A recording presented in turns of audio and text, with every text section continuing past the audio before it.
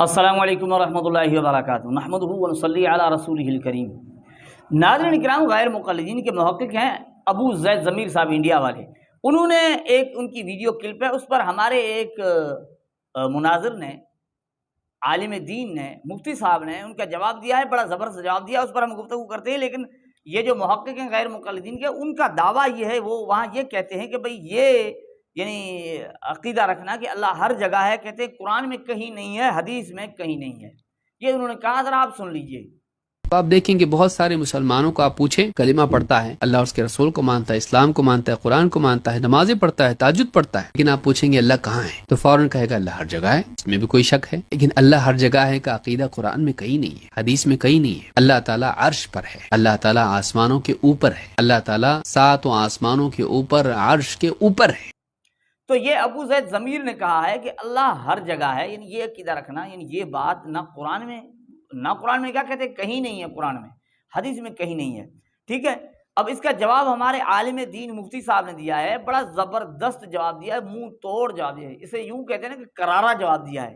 ہم آپ کو سناتے ہیں، لیکن آپ کی خدمت میں ایک بات رکھیں کہ دیکھیں، اللہ جل جلالہ کی ذات ہمیشہ سے ہے اور ہمیشہ رہے گی، یہی ہے نا کہ اللہ جل جلالہ ہمیشہ سے ہیں اور ہمیشہ رہیں گے۔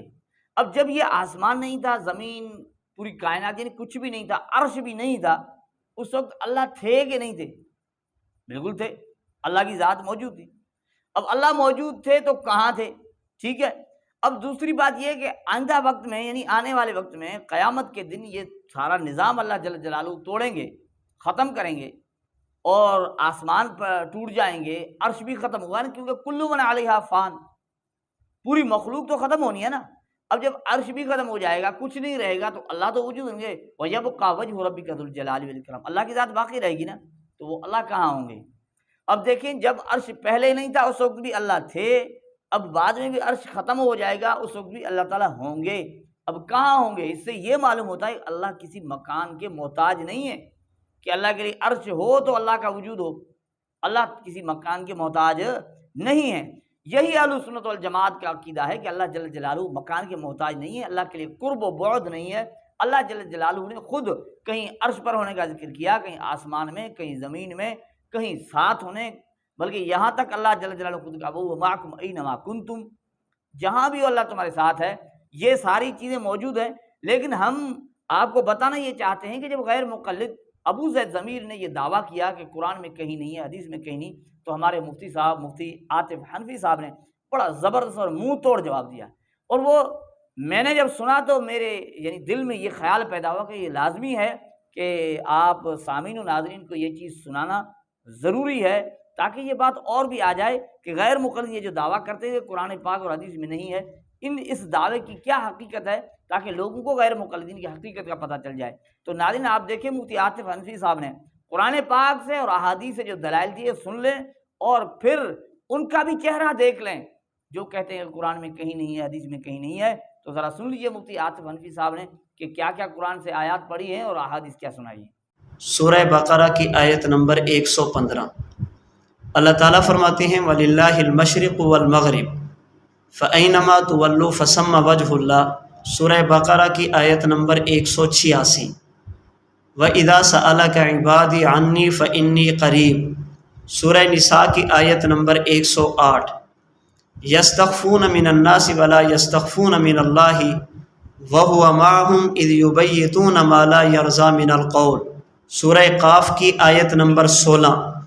نحن اقرب الیہ من حبل الورید، سورہ واقعہ کی آیت نمبر 85۔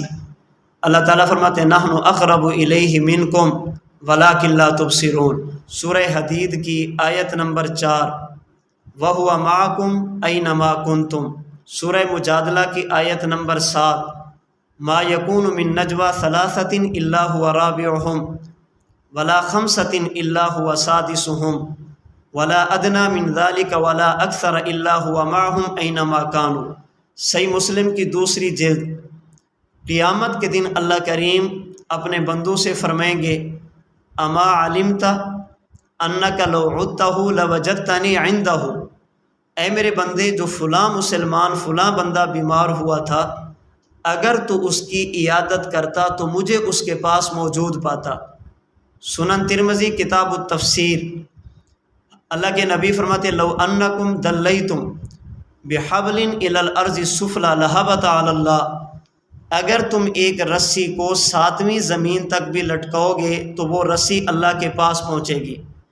صحیح مسلم کی 2 جلد، اللہ کے نبی فرماتے انکم تدعونہ سمیعا قریبا وہو معکم، تم اس خدا کو پکارنے والے ہو جو سنتا بھی ہے، دیکھتا بھی ہے، اور وہ خدا تمہارے قریب ہے، تم جہاں بھی ہوتے ہو وہ اللہ تمہارے ساتھ ہے۔